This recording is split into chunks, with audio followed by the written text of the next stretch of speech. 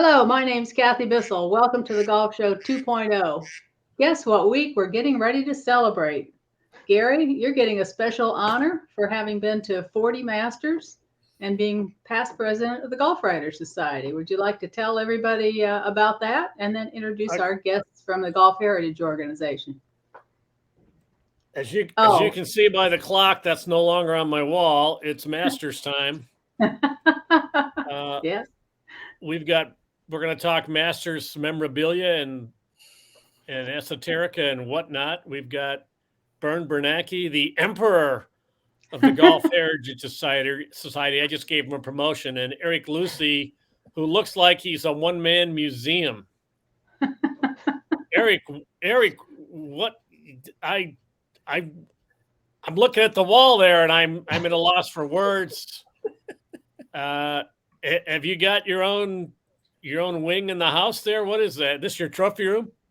No, this is actually relegated to one room, just where I have some stuff displayed. I have another room that is mostly some my office with some books and reading materials, and then I have a lot of stuff uh, displayed at our local country club, and then quite a few things that are in storage boxes to keep them organized and from getting harmed. So you're in multiple buildings, is what you're saying? No, no, no, no. Two locations, just separate spots. So what have you got in your collection? And tell us that moment when you got the bug and got hooked. Sure. Yeah, probably start really how I was fortunate enough to be invited to the Masters in 2004. And I had always, like many of us, I'm a mid-handicap golfer, not going to be breaking any course records or anything like that, but just loved the game, loved the history of the game, and always had a fondness for Bobby Jones. And so having that opportunity to go to Augusta National that first time, as you well know, anybody that goes there the first time and every time thereafter, but that first time is really a special moment. And um, and then Masters fever struck. it, I mean, it was already there. The virus is already in me, like many of us. But once you actually get exposed to the host, yeah, then it breaks out all over. And I was fortunate enough to be invited back to attend for the next 11 years. So I was there from 2004 through 14, and a lot of great memories, a lot of great experiences. And it started with, I just, like most people that go, I kept a pairing sheet. I kept the Spectator guide. I bought a commemorative pin, and then the badge or the ticket that you had for the day. And, you just kind of keep that. And then I just started, after, a few years of doing that, it's like, gosh, a good friend of mine and former business partner, he suggested, hey, you should start collecting, and I have never collected anything before. And so I started, oh yeah, maybe, yeah, that'd be kind of cool. And so I started down the path of the badges, and that's when the deep dive started. So it was all his fault, basically. Yeah, you could say that Mike had something to do with that. Yeah. Bern, Now, is that how you got started in this thing? Did somebody tell you should collect, and that's how you got going? Well, kind of. I was with my wife in an antique store looking at the ceiling. She was cruising for some specific item. And I guess I looked kind of pathetic. And she said, well, why don't you look around for some golf stuff? So about $80,000 later and 28 oh, years, here we are, with a few items. Yeah, but you got to keep telling her now it's worth 400,000, right? Well, some of it has a little value. That is true, but I have to comment. You guys are talking about the bug and the germ. I'm a family physician, and there's a thing called incubation period from exposure till the yeah. time of the outbreak, and it's not very long at all. I've got a silly thing. I don't actually collect golf pencils. They collect me. You get this pencil, it's got the name of the course on it. It's too good to throw away. but how many of them do you need? And I just get one and I throw it in a box, and I've got 2 or 3 shoe boxes of golf pencils. I'm sure I've got a couple from Augusta National and Pebble Beach. I got some, famous courses in there, but I don't go out of my way to get them. They just find their way to me, and I have a can't stop question, them. Gary. So I'm not addicted. I can quit anytime, right? Oh, Gary, does Spooky Brook? Is that what it was? Did you have a pencil Spooky from there? Brook Golf Club in New Jersey. It's a great name. Yeah, it's a great name. Probably not. I think it might be a municipal course, but so I used to buy some clothing, or like the rest of you, and I've settled after a while on tournament pins because they're easier to pack. yes. You can. I mean, if you're at the Masters, you got to buy everything you can for everybody and you ship it from there to your house, and you sort through it later. But if you're trying to figure out something small that you can collect, and it wouldn't have to be from the Masters because these are all from different tournaments, but they're the little pins that Sure. you can find in the golf shops. And I have more than that, actually, and I have them on a jacket that I can't. do you have $80,000 worth? I don't think so. I can't Well, take then it Bern through is airport winning. security, that's for sure, because it sets off every alarm in the world. But it's also a good way to carry them. But I like that idea. They're small and inexpensive. Why didn't we think of that, Bern? Who knew, Gary? Who knew? Hey, Gary, by the way, if you really decide to get serious about the pencils, I have a very good friend who's downsizing a collection, and he wanted to give me 2,200 pencils. So I gave him your address. Well, I want to give him my pencils. I want my pencils to go to a good home. I just texted him your address. Oh, great. Thank you. Well, so Eric, how do you go from 0 to 60 collecting badges? Where do you find them? How did you get started? And, how hard are they to find, and how expensive are they to buy? Well, it varies. I started with, again, was just going to collect from the tournaments that I had attended.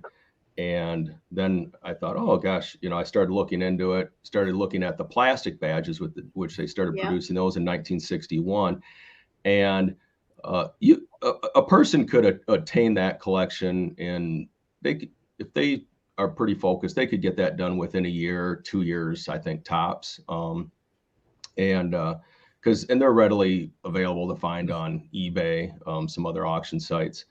And it wasn't until I started going, because I was talking to a gentleman that I had bought, probably like from the 70s, most of the 70s and 80s. And I made the comment, like, gosh, it'd be really cool to have all the badges. And his response to me was, it'll never happen. He says it's not possible. He says, I've been doing this for 20 some years, 30 years, and I think there's maybe 2 people that have all the badges, and I don't know, that just felt like a bit of a challenge, maybe. I was going to say, he challenged you, boy, oh boy. And so I did. I just started picking them off one by one, and I was really fortunate. I was getting there was a Chicago sports show. I thought, I should go attend that and see what's there. Well, if you've ever been there, it's a huge, huge room at the Donald E. Stevens, and it's more. Imagine your entire house being that place, and half your house is going to be baseball, and the other half is going to be basketball, football, hockey. Name any other sport. And that ping pong ball that's sitting in the corner of one of your rooms, that's how much golf was there. There was one fellow that I talked to, Kip Ingle, and he was really instrumental in guiding me also in that. And they, at the time, were selling the 34 and 35 badge. And I was up pretty late that weekend, deciding whether I was going to push bid But once I pulled the trigger, I was really glad I did. And then that just really propelled things from there. But you'd really, Wow. So if the you got paper them, ones, you really got to all? go deep dive. I do have them all. Oh my Wow. gosh. Yeah, it took some time. But I think Are you willing to tell us how much you had to pay for the 34 or the 35? Or is that a secret? I understand if it's a secret. it wouldn't be hard. You could look it up on the golf auction from 2011. Okay. So I can say that there was a sister to it that sold, probably, I mean, literally like the same badge, same day, same color, everything. And it sold for about 3 or 4 times what I paid for mine. So wow. I did definitely show that to my wife and to let her know, hey, this was a good investment. Yes, right, honey. I'm not collecting, I'm investing.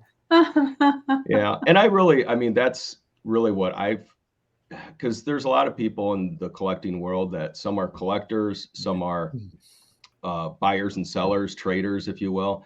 And I really fancy myself mostly just, I'm a collector / historian. I haven't sold anything. I don't have any intention of. I'm sure my family will disseminate some of my items when I'm gone, but hopefully that's many, many years from now. And I've even have some arrangements made to have some things permanently displayed at our local country club. Oh, that's a good idea. So I feel like I'm a steward of these items, and I love to share them with other people and just the discussion. What would you estimate the market value of that ticket collection to be if it were to say go to auction? You're not going to sell them, but if you did, what would you guess that whole? I can't believe anybody's got all of them. That's amazing. All of them, yeah. What do you think what do you think that would sell for? I've been offered low 6 figures for the 34. Oh wow. And as far as the tickets, the heavy lifting is in the 30s, 34 Sure. through 39. Sure. Those are worth more than the rest of the badges combined. So the whole By a long collection is shot. probably $600 or $800, right? Pardon? The whole collection would be probably $600 to $800. Yeah, yes, more yes, than that. yes. I could take a picture, send it to you, and you Venmo me $600, and we have a deal. Yeah, right, exactly. I mean, you can do that in a second. Now, without looking up in some books, I can't remember what years during World War II the Masters wasn't played. I don't. Gary may remember. I don't. And Yes, so there are going to be some holes in your collection from the years when it wasn't held. Yeah, 43, 44, and 45 during the war years, and that's when they used the grounds. They had some livestock and I believe some turkeys, right? To help during the war effort, and with the intention of keeping the grass down. Yes. Well, Eric, once you scaled Mount Everest and got all these tickets, then what? Then what did you move on to? You can't stop there, obviously. No, I mean, the nice thing about this is there's a variety of things. The commemorative pins, like you were talking about, Kathy. Yes. They started making those in 1992, and yes, they're small, they're easy to display. I think you can see them over my left shoulder. And then the pairing sheets, I started collecting those. I have all of them from the early 60s, but I also have some going back in the 50s and the 40s. And then it's the search is the fun part. It's the hunt. I can see that. Yeah, the Spectator guides. I mean, those are and the pairing sheets. Today, I mean, and they always have been. And the Spectator guides, they were free. Now to find the older ones, you have to pay somebody for them. But I started collecting the Spectator guides because there's information about the players and you see some of the changes to the course from year to year. And they started making those in 1949. So I have all of those. I'm still searching for 1 year, the 51, but it'll come. Commemorative plates, player gifts, player and member gifts are another thing. I mean, there's a variety of things that you can start focusing on and then just filling the holes. Yeah. Eric, what was the toughest ticket, or well, is there a story behind one that was the toughest to find that you finally tracked down? What was the last one you got to complete the set? Yeah. I think that was I think it was 54.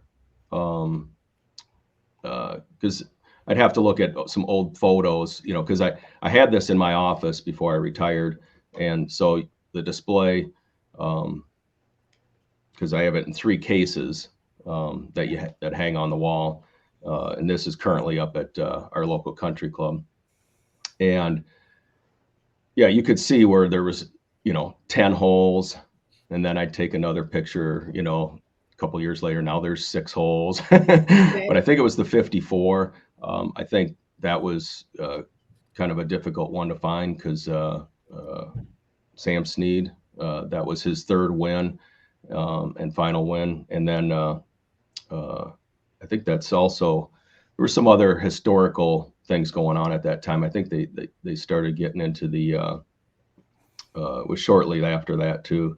Well, the Champions Dinner started in 52. I mean, Yep. people didn't really collect those things way back in the day. A lot of things, you know, somebody found in a book, you know, or a scrapbook of some sort, something like that. It wasn't really until the late 50s and they started televising it, and Arnold Palmer came on the scene. That's when people started being more serious about collecting. So keeping where the did things. where did you find your 54? Was it at a show, or where'd you get it? Actually, I found that one. There was a fella, his name was Neil Gingold, down in Augusta. Neil had a antique shop, and anybody that was a collector and anybody that lives in Augusta knew who Neil Gingold was. Super, super nice guy. I met him visiting there one time, and we hit it off. And every time I'd go down there, we'd go get some lunch and just visit. And so he had this huge book that want list for people. And he didn't use a computer that I could tell. I mean, he would write it down, and it was this big ledger. And then he'd call me up and say, "Hey, I just got this one." And I had found over time several of the older tickets through Neil, and he was always very fair with his pricing.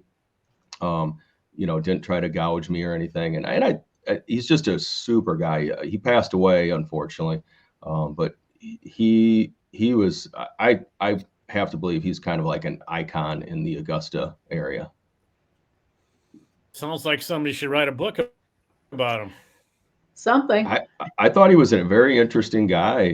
He kind of a throwback, you know, and his brother would always be at guard at the door. And I can't say I ever heard him talk more than maybe a hi and bye when I would go in and out of the place. You know, he was working security, I think, is what he was doing. Now, Bern, do you have a master's addiction? Do you collect master stuff particularly, or what are you chasing? What a question. You know, this time of year, everybody is thinking Masters in the course in Augusta National. But let's talk about a couple of people. You know, Bobby Jones, who really had the concept and really made it happen. And, you know, your friends at the Golf Heritage Society, golfheritage.org, are thinking of 2 people this week. They're thinking of Bobby Jones, of course, everything Bobby Jones. There's so many ways to collect Bobby Jones, whether it's clubs or, you know, art, those kinds of things. There's so many ways. The other individual that the GHS is thinking of this week is Gabe Brewer. Gabe Brewer won the Masters in 1967. Why do I bring up Gabe Brewer? Yeah. Well, yes, why? The Golf Heritage Society will have its annual convention this year in October 12, 13, 14. And we will be in Lexington, Kentucky, home of Gabe Brewer. And his caddy has contacted us and has made available a lot of the Gabe Brewer collection given to him by the family for disposition. So it will be an awesome opportunity for Masters collectors to find us, a Golf Heritage Society in Lexington in October, and get to know Lexington, Marion Miley. There's a wonderful book about her amateur career cut short by her untimely death. That's all I'm going to say. Beverly Bell wrote the book on that. So there's a lot going on when you think Masters, people, places, things, the Yes. Collectibles, and the Golf Heritage Society. It sounds like you've set up an incubation period. I think, That's what that sounds like. Well, we're 7 months away, and we are so excited. Tonight we have our second planning meeting. The program's coming together. We're going to talk about the history of the driver, and we're going to go from the very earliest Longnoses to the ultra modern technologies that go into the materials. And guess what? You still have to hit the ball on the sweet spot. That hasn't changed. It's going to be a great. Need to fix. Yeah, it'll be a great convention. And you're right. We're incubating, Gary. That's what we're going to call it now. Not the planning meeting, the incubation. Yeah, I'm going to try not to catch that. I can't afford to collect anything else. Bern, do you want to talk about books at all? There have been a ton of books that have been written about Augusta and about the Masters. I don't know if people have their favorites. This was just in my bookshop. That's really cool. There are any number. Yeah. And most of us have a book. Kathy, you have a book that goes through the course, do you not? That we can follow by hole. And I don't know. Yeah, they're all numbered and named. The holes are. So yes. It's kind of fun. When we were talking earlier, I sent you a couple pictures, and one of the pictures was this book that I got in a yard sale for a couple bucks. Yes. And it's interesting because it's leather bound. And if you look at it from a distance, you can see that it looks, well, you can't see it here unless you find and show that picture that I sent you. But I just noticed last night that it has the emblem of a Masters coat. And it has in this leather, it's sort of embedded in there, and it shows the collar, the pocket, and the emblem. Well, this little book went from 1934 history and stopped at 1973 when it was published. So I have Gabe Brewer in here, so it kind of makes it special for our convention coming up in October. But that's a cool collectible, and it's one of those entry levels. This is a nice one. This is Clifford Roberts, The Story of Augusta National Golf Club. So if I have a question about the history of Augusta, this is kind of the one I go to. I'm going to mention one more thing. I love to talk about our members who do interesting and important things. And we have so many authors, and we've hosted these Zoom calls. It's a benefit of our membership. And they'll come on and they'll talk about a book they wrote or the struggle in writing the book. Well, there's a gentleman that most of us know wrote on Hogan and the tournament over there. But he also wrote a book called The Masters. And this is Kurt Sampson. And Kurt's book on the Masters is not what you think. It's not a traipse through the history. It's a real conversation of how the Masters happened. And Cliff Roberts is a central character in this book. And it's the most interesting read about the Masters because there's a lot of politics that went on, and it's termed the Masters and the power and the money, and it's a must read if you follow my drift. He was the money guy. He was the guy who found money and members to join, I think. Yep. Well, John Garrity, my colleague at Sports Illustrated, he wrote a whole story about this, but when he was working for SI and living in New York, someplace had an auction or a sale, and he bought Clifford Roberts' desk. And he has used it. He's got it. It's authenticated. He's got it. I believe he's still got it at home in Kansas City. It was quite a find. We should have had him on. I didn't think of that. Every year the Masters puts out a tournament recap, and it's hardcover, leather bound. Yeah, They the send it to annual. the media who attend, who are credentialed for, they just send me a copy. And it's the first one goes from 34 to 70. The first 41 years is called. Then each year they send one out, and I think I've got probably 42 of the 45 or whatever. You'd think that would be an invaluable resource. They're beautifully done. One of the magazine groups does it. The Masters has done a great job of their business partners with a lot of media groups, whether it's Sports Illustrated, Golf Magazine, ESPN, whomever. They kind of get everybody some kind of business project as a safeguard in case something negative happens. I mean, I'm sure that's not the main reason, but it's one of the reasons. So they are business partners with just about everybody. And It's a smart way to do it. Yeah, that's pretty smart. But anyway, those books are a nice touch. But you know how often I've ever gone to look anything up in there? They got photos. They're well done. I don't use them for anything. So I might be looking to dispose of those in October. Taking up a lot of space on my shelf, which you can probably see. It's a gigantic mess back there. Well, those are another thing that people look at these two collect. pictures. Look at Eric's back wall. Look at my back wall. One of them's been hit by a tornado, and one of them's nice and neat. So that's pretty impressive, Eric. Good job. My things are scattered all over my house, so it's getting them all together in one room. It would be. Whew. Well, Bern mentioned the Golf Heritage Society, and I would say they were also a big help through my process. Someone I can't.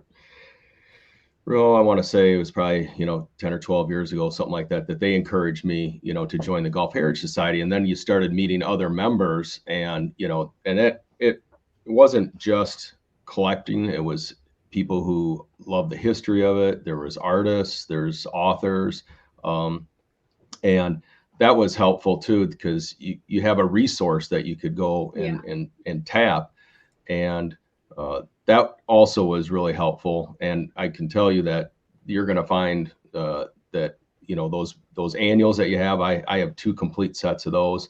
Yeah. And I just always like to have a backup for some things. But as far as the organization, that was one of the things I've been given some good advice. Catalog everything. So I have a spreadsheet that with multiple tabs based on. Because I have the badges, I have golf balls that are signed by 49 of the 55 champions. Wow. I've got, signed flags, signed champions photos, signed scorecards, but keeping everything organized is really important in my world. I believe it is. I don't like not knowing where things are at. Look at that. I think you just said I have to go through those 3 shoe boxes and catalog on a spreadsheet every pencil, where it's from, what color it is, and whether or not it's got an eraser. I really hate doing stuff like that. I'm glad somebody else catalogs. All right, here's a quick Masters question for all of you. Tell me pick one Masters year. What's your favorite Masters in history and why? Go ahead. Bern, you start us. Well, Arnold Palmer's first win was shrouded in that controversy, and that made it unique. But he came back to win it every other year for a total of 4 times. So I have to call it the Palmer package. Oh, you're cheating and taking 4. Okay, that's a good play. Kathy, what do you got? Gosh, I think probably the Jack Nicklaus 90. Was it 96? 86. 86. Sorry, the decades go by so fast. And I actually watched that with Tony and Leslie Roberts at their house in Phoenix. No, I didn't watch that one there. That was the Faldo Norman one that I watched with them. I don't remember where I watched 86. Probably in my house in La Quinta or Palm Desert. But I would say that one. And I have a reason, is because I worked for a company and Jack Nicklaus was going to design 2 courses for the company out at PGA West. And we all got our pictures taken with Jack, and that was very cool. But before he left, he asked one of the senior vice presidents, just kind of an off the cuff remark, "Can I do anything else for you?" And one of them said, "Well, you could win the Masters." He goes out a couple of weeks later and wins the Masters. That was pretty How about cool. that? Wow. Eric, favorite Masters? Oh, it's like asking who my favorite kid is. Well, who is your favorite kid? It depends on the day. Yes.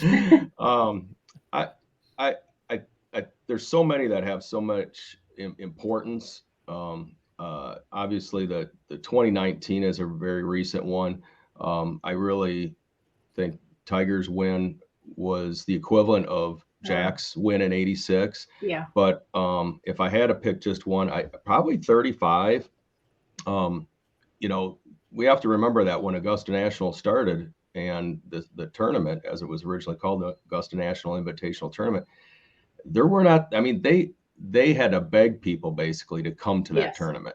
And I mean, it was, right after the Depression. I mean, it was a crazy time. And It was in the middle of the Depression. yeah, and Gene Sarazen's, double eagle on number 15 was really a catalyst to helping push the notoriety, because Bob Jones, that was what the writers wanted to push, but it didn't take long for people to realize that Bob Jones wasn't good. He was going to play, he could be there, but he probably wasn't going to be as competitive as people had hoped. And so I think 35 really helped them get over the beginning of getting over the hump for the troubled times that they had early on.